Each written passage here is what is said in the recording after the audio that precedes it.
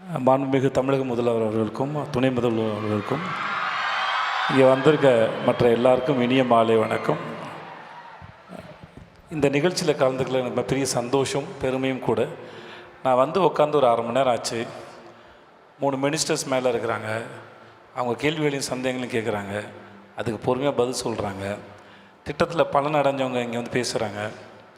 இன்றைக்கி கொடுக்க போகிற இந்த 10 லட்சம் மடிக்கணினி இந்த அரசு ரொம்ப காலமாகவே திட்டம் போட்டுக்கிட்டே இருக்குது நம்ம எல்லோரையும் படிக்க வைக்கிறதுக்கு. அது இப்போன்னு இல்லை, ரொம்ப வருஷமாக நடந்துகிட்டே இருக்குது.